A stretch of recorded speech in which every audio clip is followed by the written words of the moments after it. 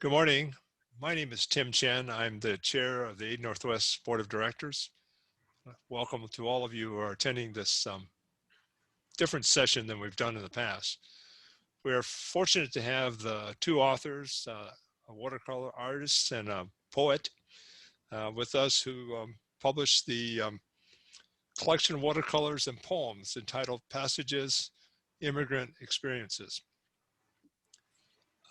I know Patti because she and I have worked on the Aid Northwest Board of Directors. I just met Bill. William Bill Fay is probably the quintessential Renaissance man. He has degrees in fine art, electrical engineering, and business administration, which is quite a combination. I'm also an engineer, so I'm pretty impressed. Bill started his associate in fine arts and poetry in high school, contributing to the high school poetry anthology, followed by a career of course, he had to work for a living, but also a career of developing his fine arts skills. He's a member of many different poet associations. He's a published poet and also has done live readings of his poems. I'll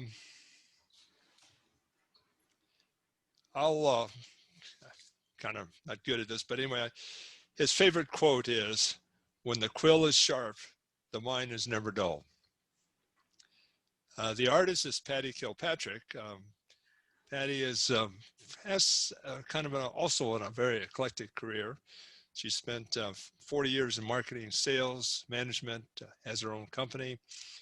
She started drawing when she was also very young, and was probably the thing that I've picked out from her resume was that as a Spanish language university exchange student in Guanajuato, Mexico, she studied architecture, painting, Spanish colonial buildings, plein air. I had to look that up. It's P-L-E-I-N, art, air. So that means you're painting outside. I guess that's French, must be. Anyway, for Patti, holding a pencil, pen, or brush in her hand changes her emotions, lifting her whenever she wants to be while telling the stories of people or places. A couple housekeeping comments. We will have a question and answer at the end of this presentation. And you can ask whatever you would like to ask. We may or may not have answers. All right, I'll turn it over to these two. Thank you very much. And thank you, Tim, and thanks for the people that are attending. We're not sure if you actually are volunteers for Aid Northwest, or if you want to be, or if you're just interested, but we'll just launch right in. The seeds for the chapbook, a chapbook is a small book that's usually poetry or writings or art. So the seeds for the chapbook were really kind of organic. Basically, I am still a visitor volunteer. As soon as COVID's over, I'll be back in the jail visiting. But at the time that, that I started visiting, I was able to listen to a detainee for 8 months.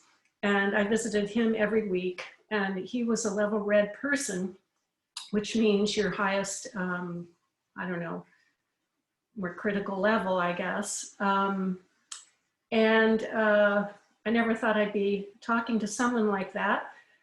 But I was old enough to be his mother. In fact, his mother's my age. And we developed a friendship. It was through that experience that I realized that every person has dignity no matter where they are born, the circumstances they are born in, what happens to them in their life. He was involved in a cartel that obligated him to do what they wanted him to do. Otherwise, they threatened his family and threatened him numerous times. There is dignity in a person who overcomes all those kinds of things. All of us have crises in our lives. This young man particularly had a lot of crises, but he always was optimistic. And I would often leave kind of sad. And I just decided I have got to get this out. So I paint. And so I decided to do portraits of immigrants. And I wanted to do a series. I started with him. By the way, the book, which I'll just hold up briefly, is dedicated to the Aid Northwest volunteers who do the visitations and also transport people when they're released, the detainees at the detention center, when they're released, and take them to the airport or the bus depot or the train station. There are over 200 visitor volunteers and other volunteers in Aid Northwest, and we dedicated this book to them when it finally got underway. So through that experience, I began to paint, and I painted two more. I painted a historical portrait of a young woman from Sweden who came to the United States with her father through the normal channels in 1862 and homesteaded in Kansas. This third one that I painted was a Kenyan student who was also in the detention center and visited by some of the dedicated volunteers whom I interviewed. And the volunteers, that is, not the student. He was detained because his visa expired and his car and all his belongings were confiscated immediately, including his passports, another story. So I painted him. I had three, and Bill is a family friend, lives down the street from us. And he came over and he said, you know, I want to write some poetry. I am writing poetry, but I would like to interview the detainee that you visited. He sounds really interesting.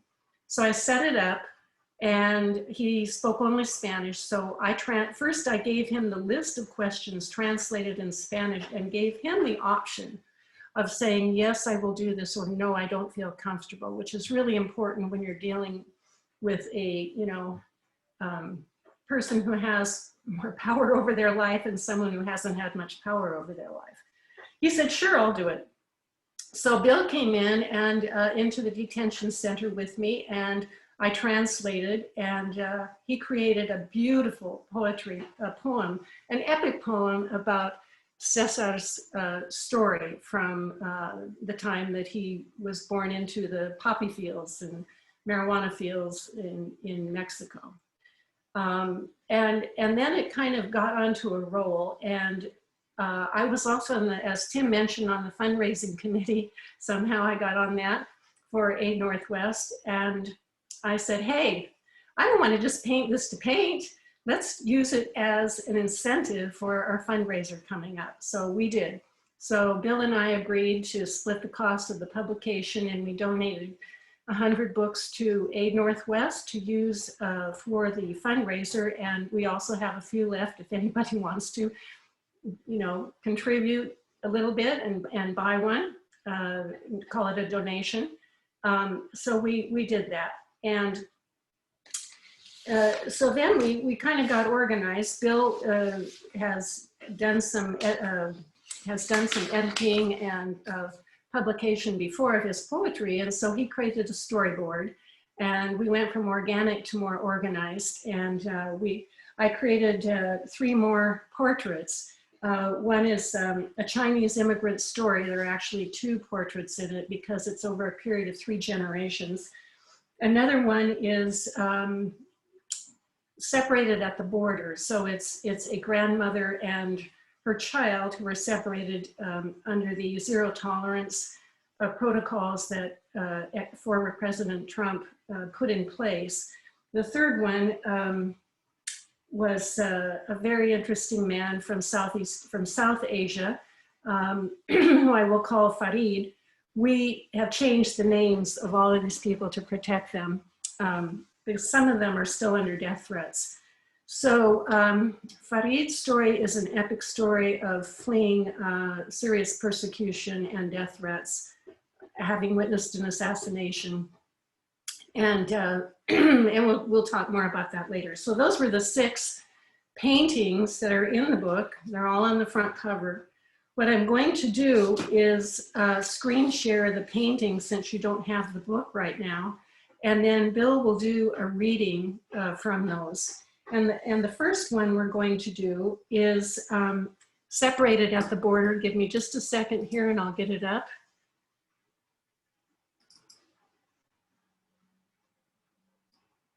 And hopefully you'll be able to see it.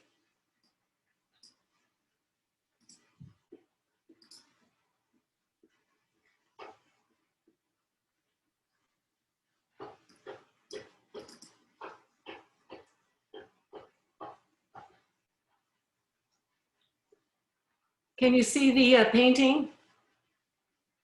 Yes, ma'am. Okay. Okay. So, Bill, if I can read the introduction, or you can just start. Why don't we just start? I think I've talked enough for right now.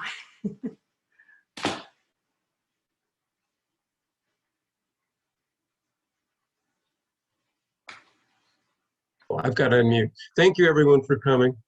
It's a wonderful project, and I feel honored to have contributed to it.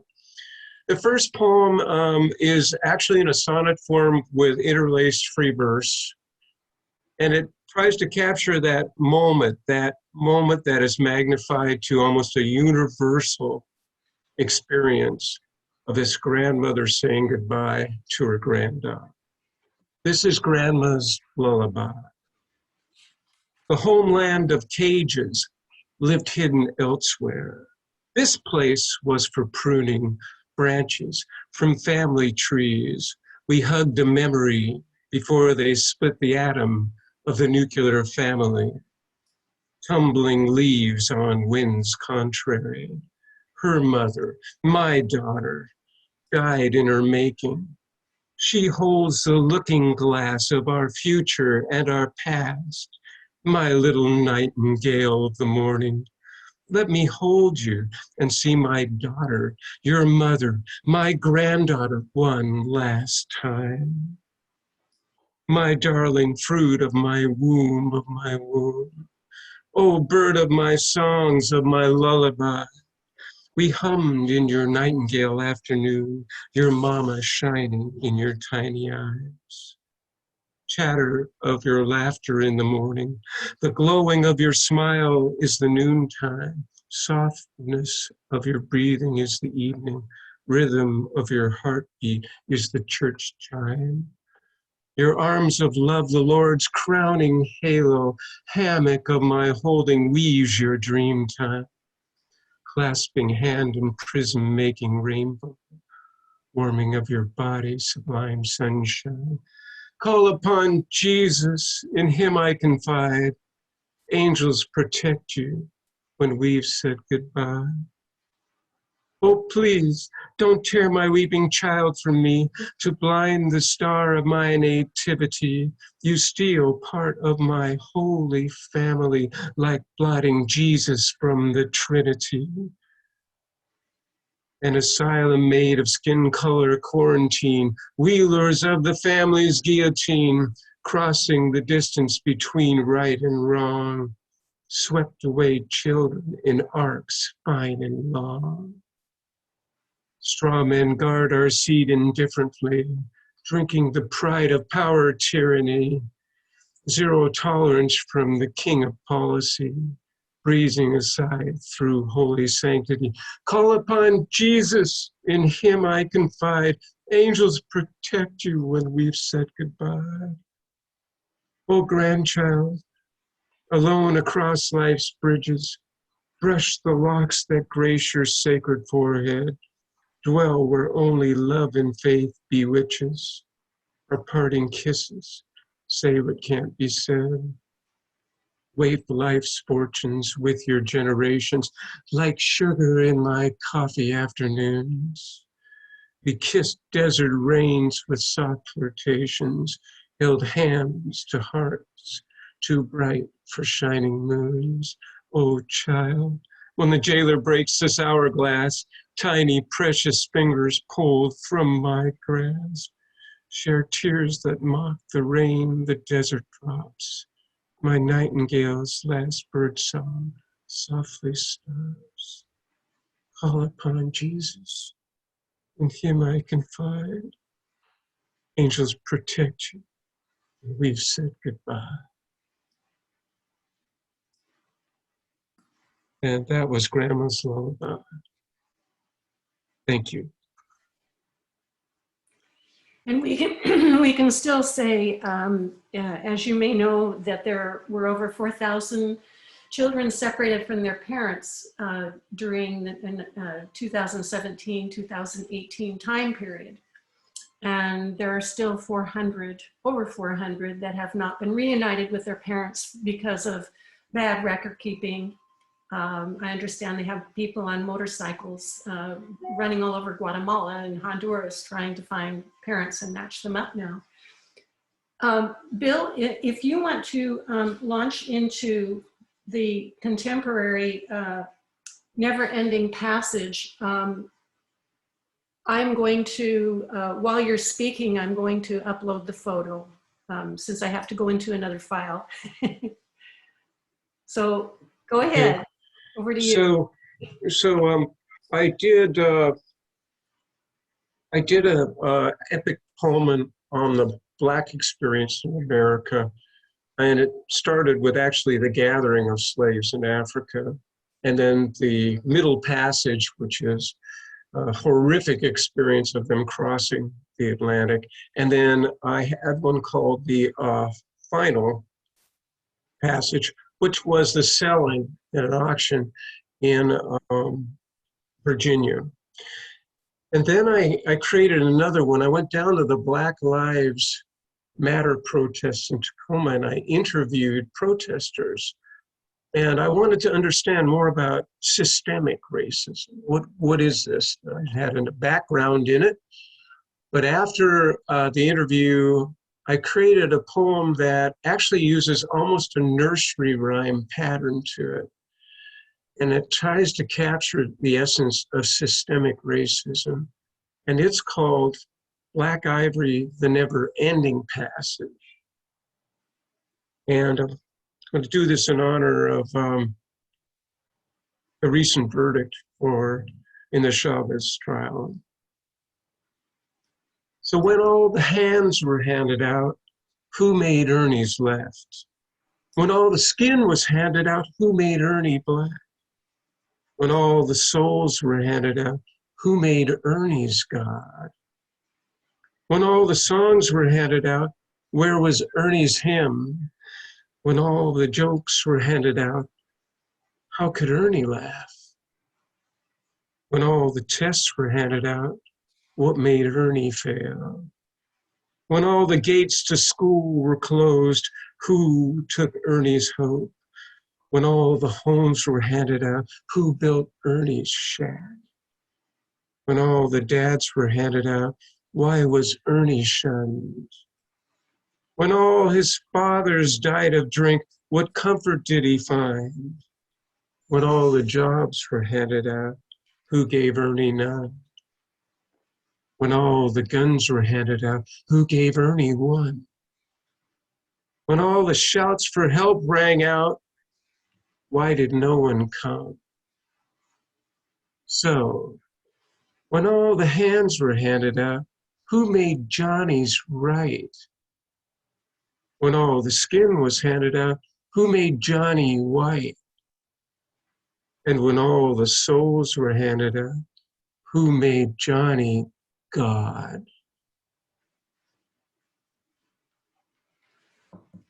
There's an allusion in there to Johnny Reb.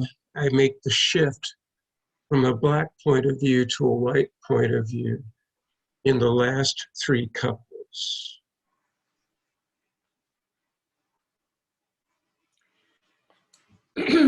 I will read the accompanying description of the portrait. It's called Wanting Opportunity, the young Black man. This is Chris, who is a contemporary Kenyan student awarded a U.S. college athletic scholarship. His scholarship was canceled due to an injury, so he started working. By the way, he was a runner from Kenya. Then his visa expired. While driving from a southern state to see a Seattle friend for help with another scholarship, he was stopped by a traffic policeman in Renton, Washington, perhaps the legacy of US racism. He was arrested and handcuffed and then sent to the Tacoma Detention Center. 1 month later, ICE sold his car at an auction. It contained all of his clothing, passport, phone, and personal belongings. This left Chris with no ID, no anything. Upon his release, after 7 months of legal work, Aid Northwest and World Relief together provided him with clothing and relocation assistance. Chris is now working and hopes to apply for another scholarship. He's down in the south part of the US. So next, we are going to show a painting that is generational, and it's about the Chinese exclusion laws of 1882 for over 60 years to 1943. They were finally lifted because the US went to war with Japan and needed China as an ally. So there is a local tie-in to Tacoma as well.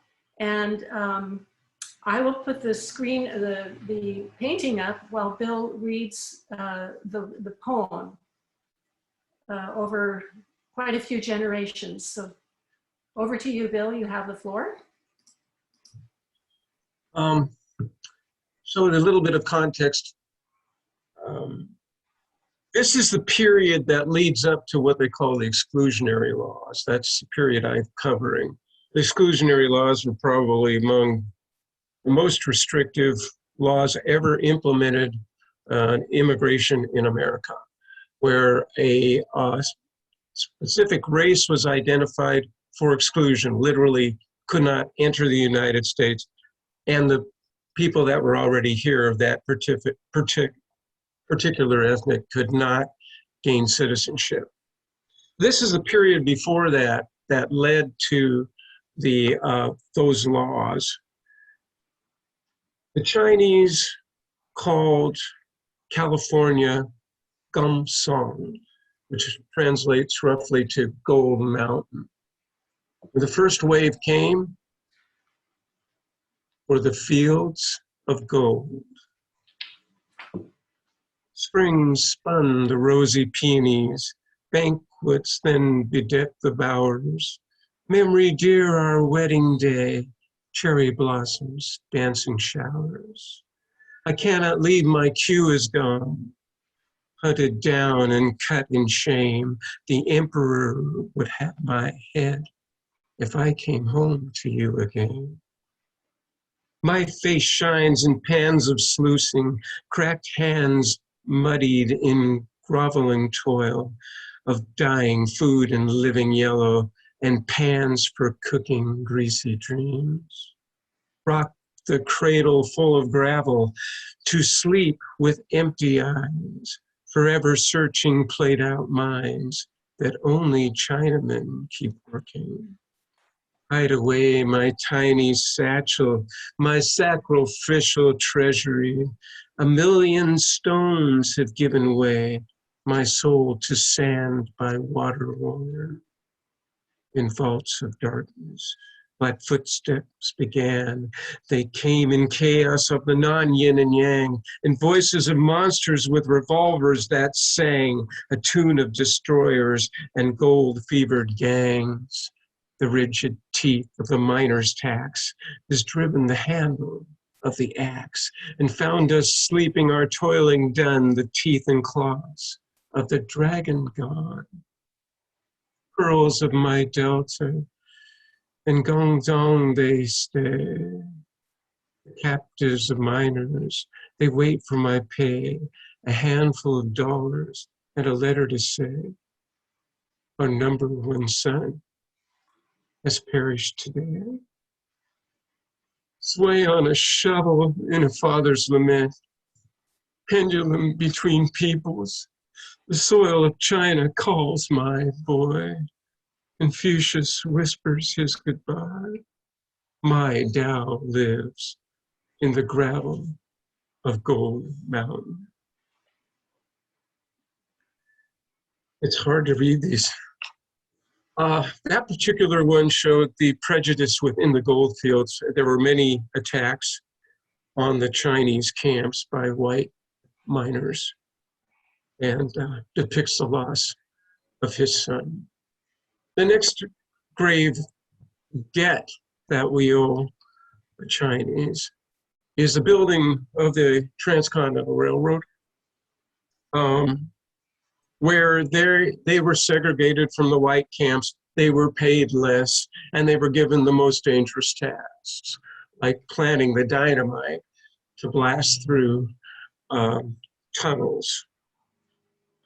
Many, many died in this process. And the irony is, at the end, they weren't even allowed into the final ceremony to drive the golden spike.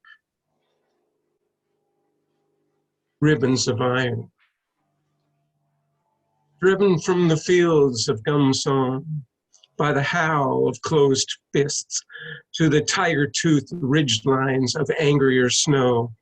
Another roar at dawn calls the white wave from the mountaintop to blanket sleeping graves. Another morning digging up lost friendships.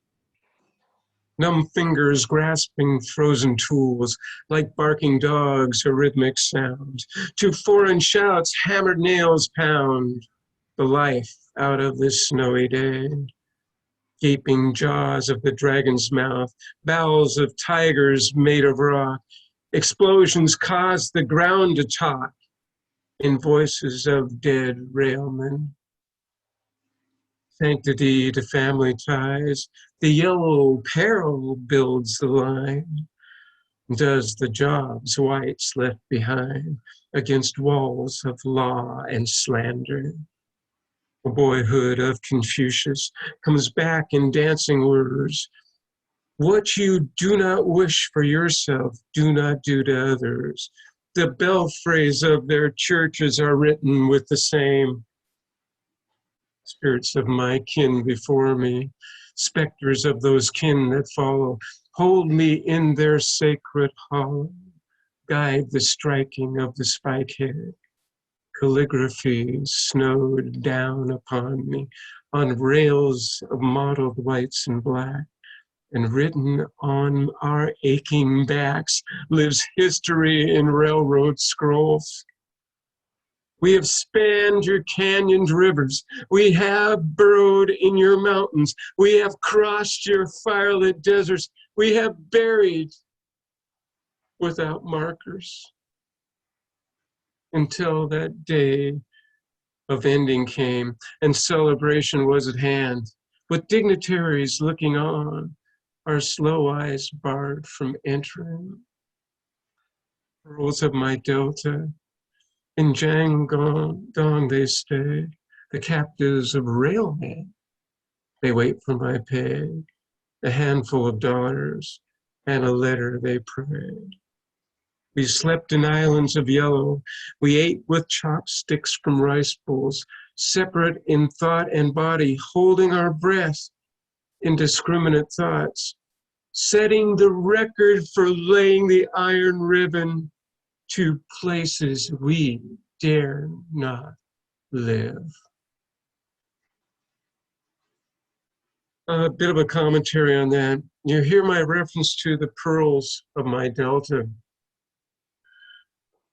Those are his wife and daughters, and they stayed back in the Pearl Delta, and he is slaving away and sending his handful of dollars back to them. And that was a common practice. The males would come over, and then it became law. There's a law that was passed that banned Chinese females from entering the U.S. This was before the exclusionary law. So then he was totally cut off from his family. But he's still working. He's still struggling. He's still sending back a few dollars. This eventually led to a race riot that's pretty famous, 1877 in Chinatown. And he is still with us. This is over a 23-year period. So he entered the United States in the 50s, 1850s, and now it's 1877. This is accompanied with a long depression that led up to what they called the Working Party. Working Party were disgruntled white laborers that inevitably took it out on the Chinese. Showers of peonies. The long depression arrived in burning bankrolls from the east, settled in fruit valleys of despair, in broken boxcars, in switching yards, in empty echoes of the gold rush, casting shadows on mobs of unemployable anger.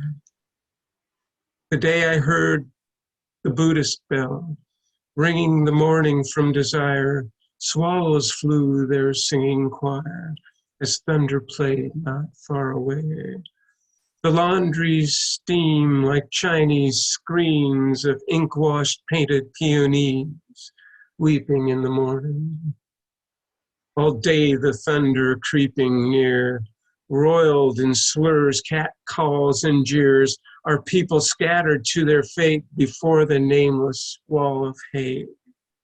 Chinese must go, was all we heard, the few that understood their tongue.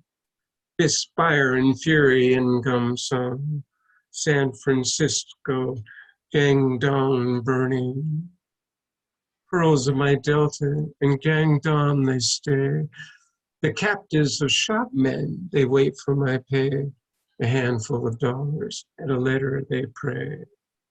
The laundries steam like Chinese screens of ink-washed painted peonies, weeping in the noontime.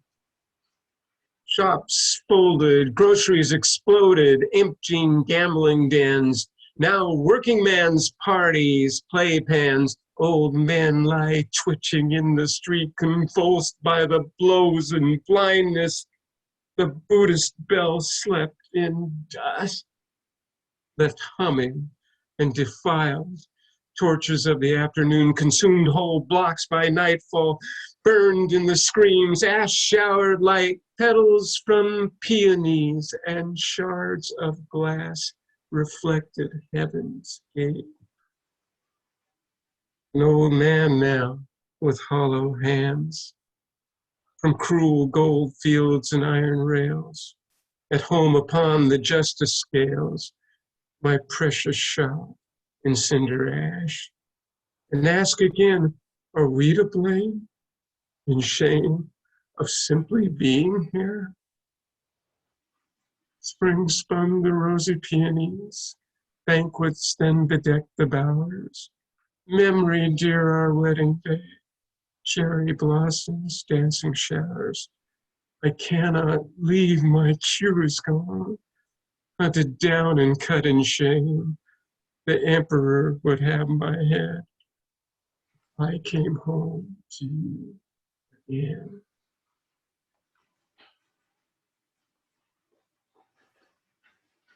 Really hard. It's very emotional to read these. It was pretty difficult to actually put the listener and the writer in a riot.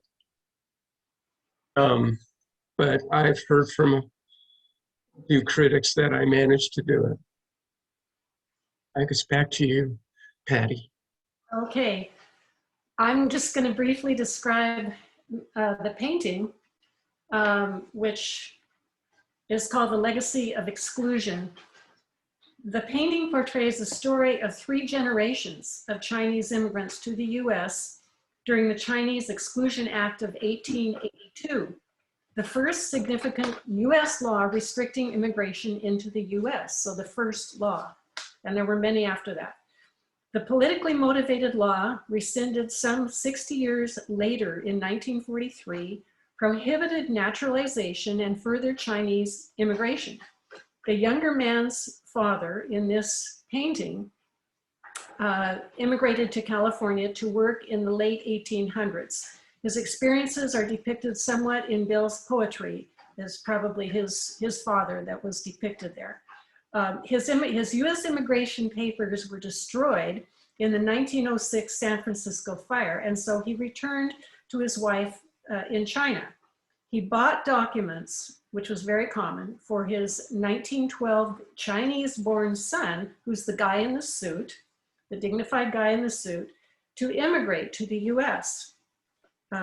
And those documents were sold because a lot of them were destroyed in the fire, and so people made them up.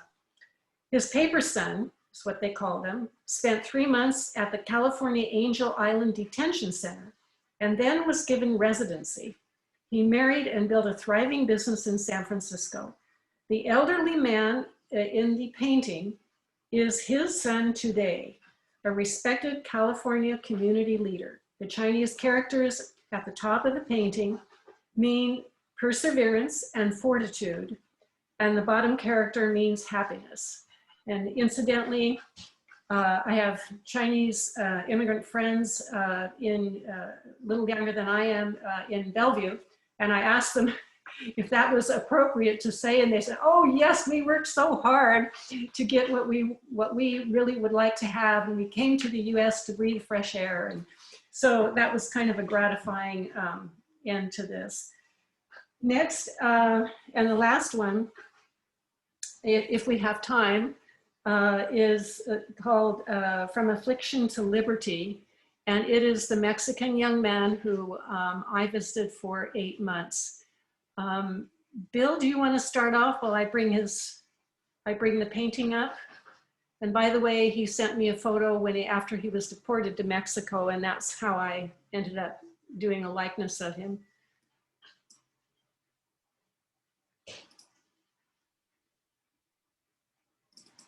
It helps if you unmute, poet. Okay, so this last section is called Mexican Redondo, which translates to circle. This spans over 20 years also, and it depicts the story of the experience of this individual growing up, early teens, and the long arm of the cartel influencing his family and their farm.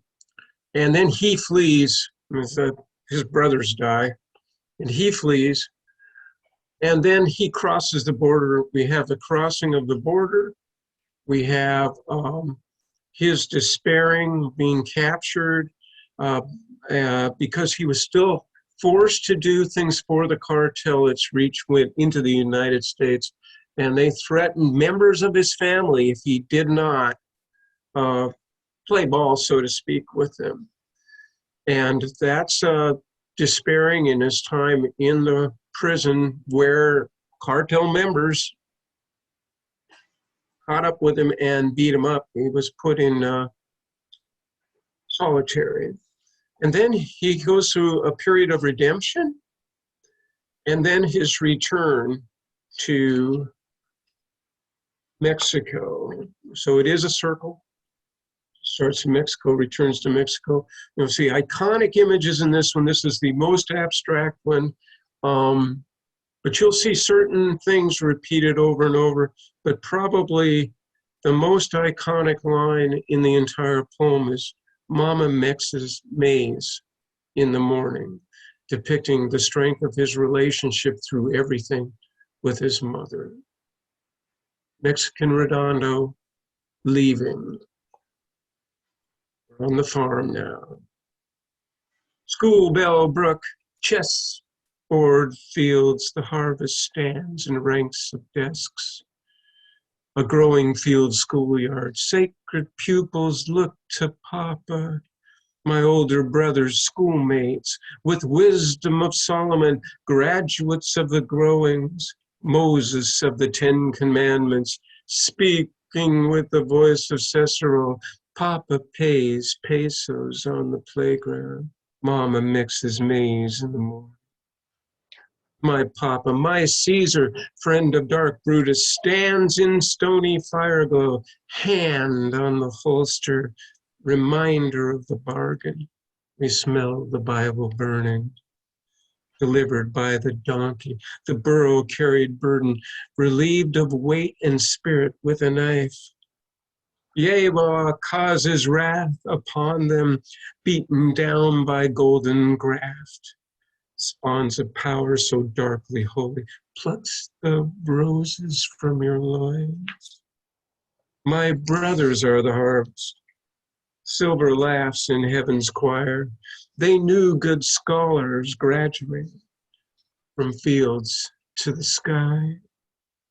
Papa pays tribute with tears, sleeps with whiskey and weapons. Mama mixes maize with weeping, never sleeping. My wheels wind up the road of reason, sweet wine and raw corn. Pegasus flies from home, flies for freedom.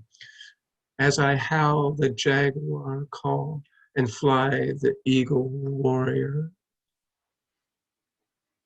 There's another thing you will see throughout these poems. There's sprinklings of spirituality, native spirituality and Catholicism. Appear throughout it. And then there's a little bit of other mythologies thrown into. So now he's to the border. He connects up with a coyote. Those are the fellows that take the immigrants across the border and do not care at all about whether they live or die. Now we're crossing. Stumbling in darkness, in a whisper-voiced land, cross-hatched like the scars on Coyote's face. My feet follow the steps into the jaws of eagles, fleeing home in tragedy, embracing Zion in obscurity, animosity, anonymity. We are Mary and Joseph on the flight to Egypt, running from the slaughter of the innocents, the slaughter of my innocence. Pushing the ghost in front of me, sometimes on hands and knees, while Mama mixes maize in my memories, shuffling, scrambling, lurching ever further, wondering when Brutus will arrive to slay his Caesars. One shade gives up his spirit to sleep in Indian boneyards of broken windowed Cadillacs. Fearless, fabled land that mocks my feet in enduring embraces. Can we achieve escape velocity from the gravity of home? A pilgrimage from Guadalupe? Shotgun revelries push me toward the city dawn. The dog star runs before us. A Spanish phoenix, sun asleep in ashes. The city gathers up her brood, the babies on her mother's back, into the waiting arms of Oz, the man behind the curtain. Oz will reappear several times. Oz is a leader in the cartel, and Brutus represents his henchmen. You will see these characters again. So Oz is the man behind the curtain. Now, he gets caught. He's done their bidding, and now he's caught, and he's put in jail. And the long arm of the cartel still reaches out to him. And there are fights in jail that leads him to despair and solitary confinement. Despairing. My card house blown down by the flashing blue night. As frustrated flowing robes set my life on fire. Clarence Darrow defending, lets Phoenix burn. My Madonna and child fly the monarch home. A Warhol world of black, red, yellow, white, light so harsh you feel the solar wind. God in his heaven prowling Dante's circles, traces angels on empty ceilings. Surely Santa Ana will free me. Joshua's trumpets will crack the flooring. Flies finding fame in the dining hall, betting on the king of cockroaches for cigarettes and matches. Communal springtime shower, scrubbing in soap 1,000 ways, somehow never to feel clean. Anger so strong it runs up my spine and shakes me like a banner. Eagle warrior, growling jaguar, Brutus at my throat. Tumbling, painful carousel on chair, on table, on wall. My autumn-colored body living a body slam wake-up call. Now in a closet of nonsense, of emptiness, of loneliness. Atlas holds the world of my emotions. Jacob crawls down my ladder of despair. Mama mixes maize. Mama spirals away. Gasping shame fills my confessional. Mary and Joseph, why have thou forsaken me? My Trojan women have nothing to mourn. Their Hector lies weeping on painted parade alone. No one even to mock him. The walls of my shepherd I shall not want. They hold my rounded world captive and safe, while outside the Prince of Oz lies sleeping in his Cadillac. So he's truly in despair, is in the bottom. Then he's redeemed. He is redeemed through the religion of his past and the help of religious people that come to meet him in jail. And that leads to a rehabilitation of him gaining skills and being let out of solitary confinement and getting to a less stringent security environment. This is redemption. They came for me, dredging for souls in the shoals of iniquity. Gill nets across peopled streams, my cataract consciousness closed with pain and fear. Mama mixes maize for my salvation. Faith, the Tower of Babel, spoke in 1,000 tongues. Hope, you honeyed lover, return to kiss me new. Charity given freely, my home at heaven's gate. Papa pays pesos for the offering. Mary and Joseph wait in prison, singing my redemption song. Please sing the song in Spanish, that I may sing along. Proud Odysseus on his journey in Elysium's faithful shore. I join as sacred sailor with wreath of laurel crowning. My thorns of Jesus dreaming of my mama and my papa in Grand Vala waiting at the feet of Jesus Christ. Old Odin in his oak tree heeds the call for my redemption, surrendering my laurels, picking up the crown of thorns. Then called the voice of Cicero, leave your tenets on the table, let your spirit cross the threshold. My light trains stars to shine, shakes the suns from slumber, breaks planets from their spheres and comets from their tails. Sweet transubstantiation of my prison for his paradise, glorified transfiguration, myself in freedom's rapture, the burden finally lifted by the beauty of believing. Brutus flees the Colosseum. God and I have won the day.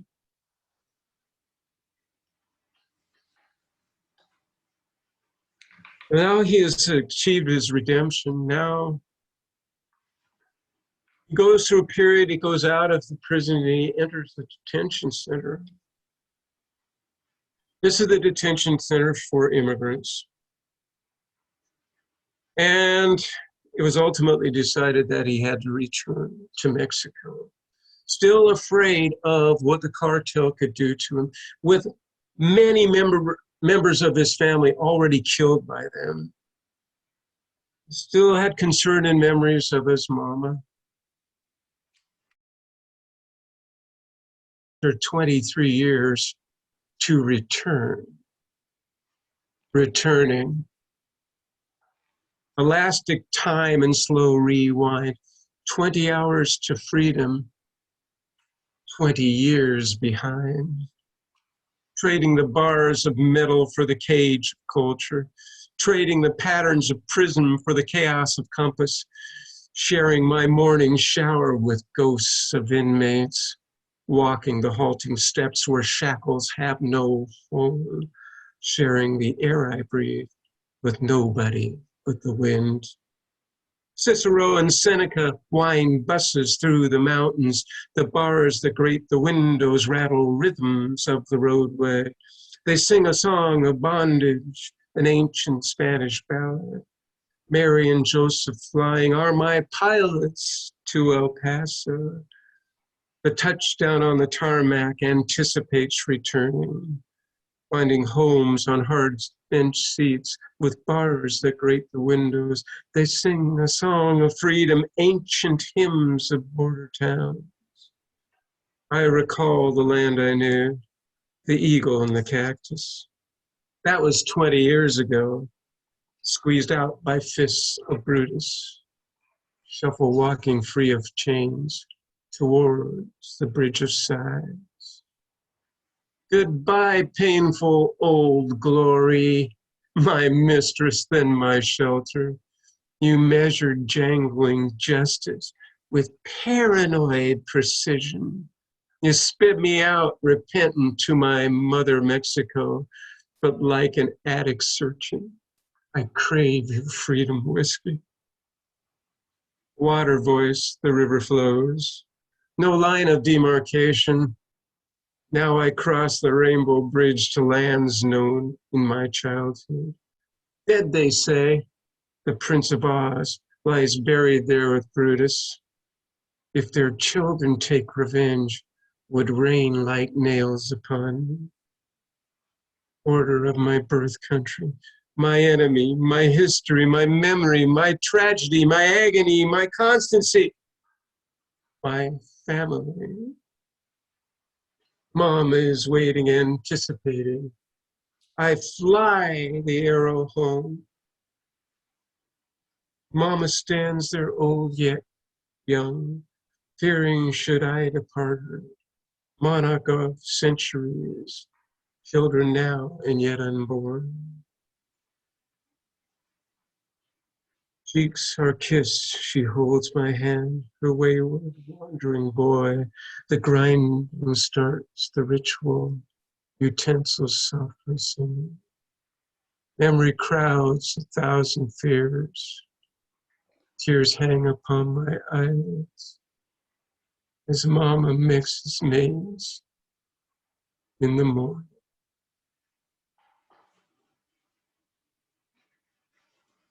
Thank you, Bill. Let you catch your breath. And thank you all for listening. That's the last one. There are several more. If you would like to hear more stories in poetic form or see the paintings, we have a few books left. And if you want to donate whatever you can, the contact to get a book is D as in Deborah Cruz, C-R-U-Z, at aidnorthwest.org. The last poem is particularly poignant for me because I am still in touch with Cesar. In fact, I've talked to his mother and I've talked to his grandniece and a couple of other people in the family. One of his brothers has now died from COVID, so the family is growing smaller. He's having a hard time. They're in dire poverty because no one can get a job in Mexico, let alone someone with a 6th grade education who's still a really intelligent guy and has got his head together. So I hope for the best for him. We're still in touch and try to help him when we can and as we can, and as do many Aid Northwest volunteers. Sometimes they continue the friendship. You know, sometimes they're launched off on their own after they come out of the detention center and receive temporary housing and help. And by the way, we have, last thing, a fundraiser for Give Big. If you would like to go on the Give Big site, you can find us under Advocate Immigrants in Detention Northwest, short for, or long for aidnorthwest.org. And donate whatever you can, because there's a lot of programs that we have that help them in detention and help the detained immigrants when they're released. So again, kudos to all the volunteers, if any of you are listening. And Bill, thank you so much for this, this poetry, which is sort of pierces your heart at times. And thank you all for attending. Tim, I'll turn the floor back over to you. Well, thank you, Patti. Thank you, Bill. It's been a very moving experience. I did want to give everybody kind of an update. It's kind of a sort of interesting that this morning I received an email of Aid Northwest has an Instagram account. And we apparently got a posting on our Instagram account from a gentleman in Iraq who was deported several years ago. Actually was visited by some of our visitation volunteers, and it just simply getting back in touch with us and thanking us for all that we did to help him while he was here in Tacoma, Washington. I don't know if there are any questions. We can certainly respond to anything on the Q&A or in the chat. If not, we will conclude this community meeting. Does anybody have anything that they want to ask? I am personally a son of an immigrant. My father immigrated here from China after World War II. And I am very aware of the Exclusion Act, the requirements in World War II for allies in that part of the world. Well,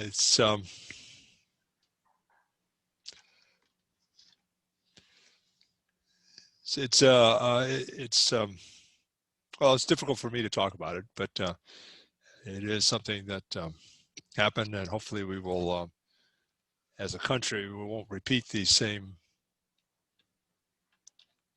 terrible mistakes. I'm sorry, I'm just going to jump in here. It is most ironic that that act finally ended because of World War II, because the Chinese at that time were our ally against Japan. And I just shudder to think how much longer, there's already 60 years in effect, that it would have gone if that little political hiccup hadn't occurred. Also, I want to thank everyone for listening to the poetry. It's an honor to be able to read. Thank you. Okay, well, if there are no questions or comments, thank you very much for attending. We look forward to your joining us for future community meetings. And goodbye, and have a good very afternoon. It's a beautiful day out there. Thank you. Thank you, Patti. Thank you, Bill. My pleasure. Pleasure meeting you. See you later. Bye-bye.